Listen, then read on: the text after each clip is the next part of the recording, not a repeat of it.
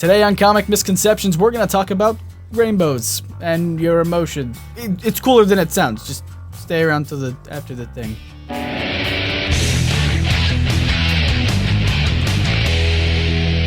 Welcome to Comic Misconceptions, the show that takes you into detail about the things you think you know about comics. I'm your host, Scott Niswander.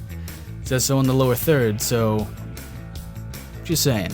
So last week I told you guys that we would talk about the different colors of the Lantern Corps that aren't green. And you know what? I'm gonna do that. You know why? Because I love you guys, alright? I hold to my promises. I keep to my word, alright? I'm not that kid you met freshman year of high school who told you he could buy you an Xbox because he had lots of money, but he was just trying to impress you and make friends. And while years later, yes, you still are friends, you're still bitter about the whole Xbox thing. And, every time you look at him, you can't help but just feel a little bit of anger, a little bit of resentment that he never bought you an Xbox. Sure, you have an Xbox now, but then you didn't, and it would have made your whole life easier, but you know what? No, he couldn't follow through. That's not me. I'm gonna follow through for you. So let's talk about colors. So to make this just a little bit more interesting, we're not just going to talk about the different colors of the Lantern Corps and their certain powers and what emotion they represent. We're also going to be doing their oaths. That's right. Every Lantern Corps has a distinct oath that I think is really cool that the writers put in there. So they'll be up on the screen if you want to follow along. Hey man, I'm not going to stop you if you want to say them with me, because I'm going to be saying them with gusto. You know what I mean? Like I mean it. Because that's how you say an oath. You can't just say an oath like, oh, I'm going to say it like this. No. Okay? You have to mean it. You have to feel it in here, in your heart, or in your rage, or in your fear, whichever emotion that you're representing, I think. So, we're going to throw some knowledge at your face now.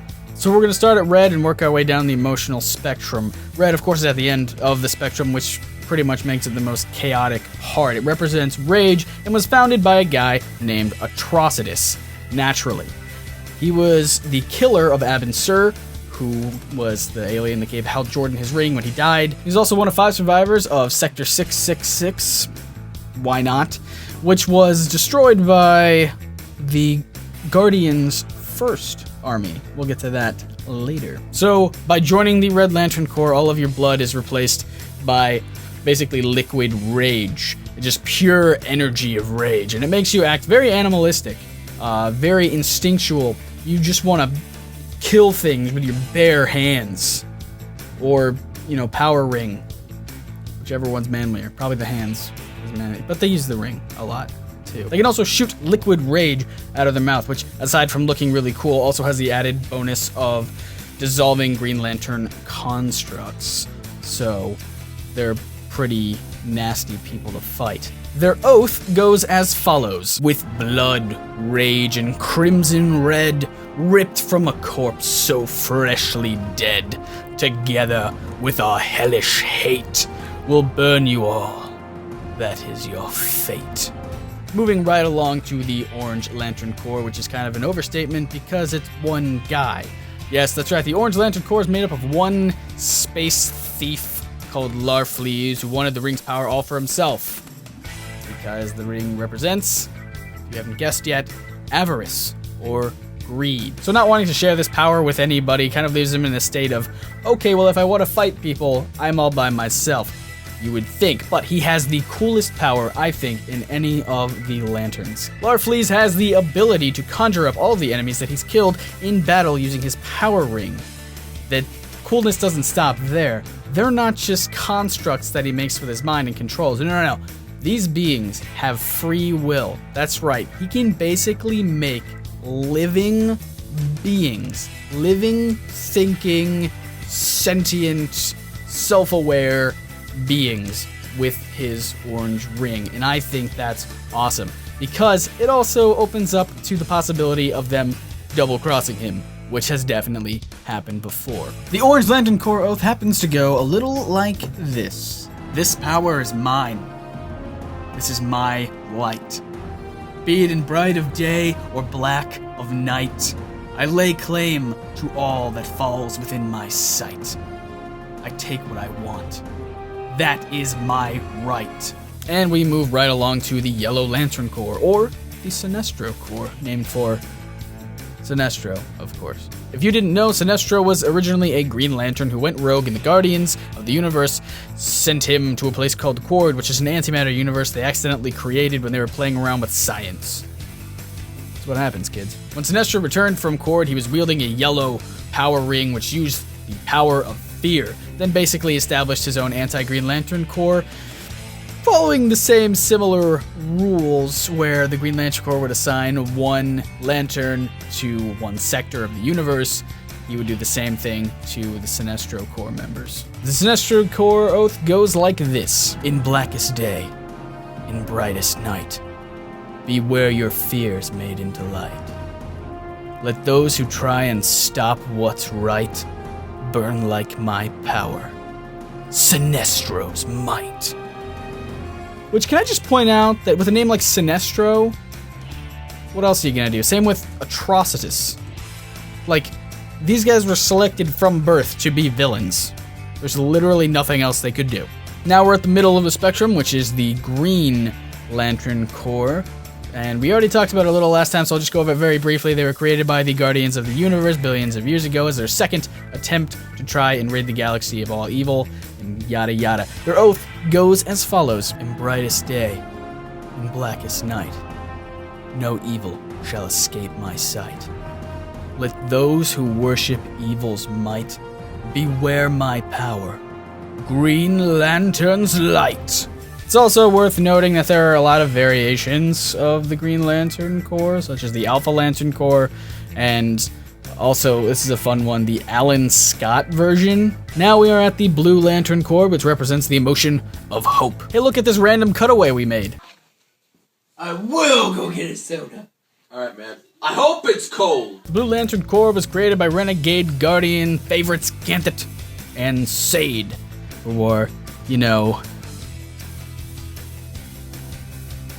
I don't know what that means. The Blue Lantern Corps gets overlooked a lot as being weak, and that's not entirely fair. They're more defensive than offensive. They don't really possess any sort of offensive capabilities unless another Green Lantern is around, which unlocks their ring so that they can use their power offensively. They're also a really good, basically a support class, as my friends who play video games tell me.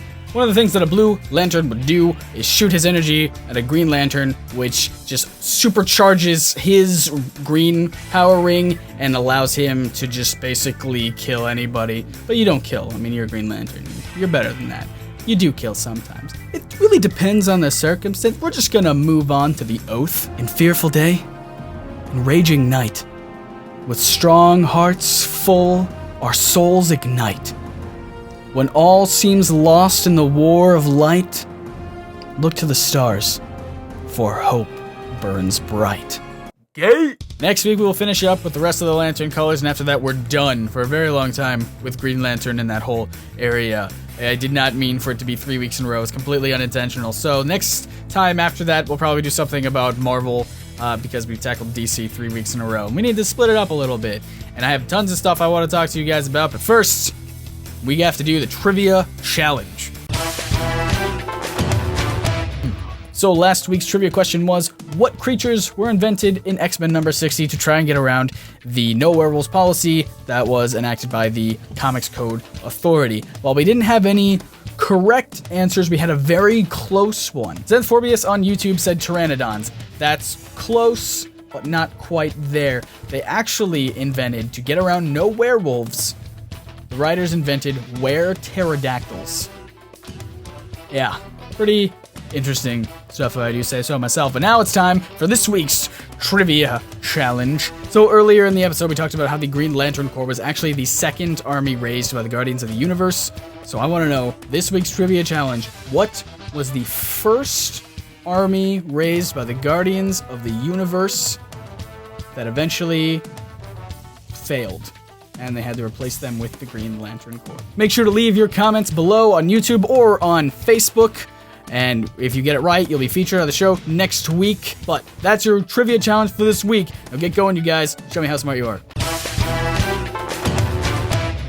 And thus we bring another episode of Comic Misconceptions to a close. As always, I'm Scott Niswander for NerdSync Productions. Make sure you check out NerdSync Productions on Facebook and Twitter. You can follow me on Twitter right down there. And make sure to check out the other videos on the NerdSync Productions YouTube channel because we got some great stuff coming to you guys, so keep an eye out for those. We'll see you guys next week when we talk about more things that you thought you knew. There we go.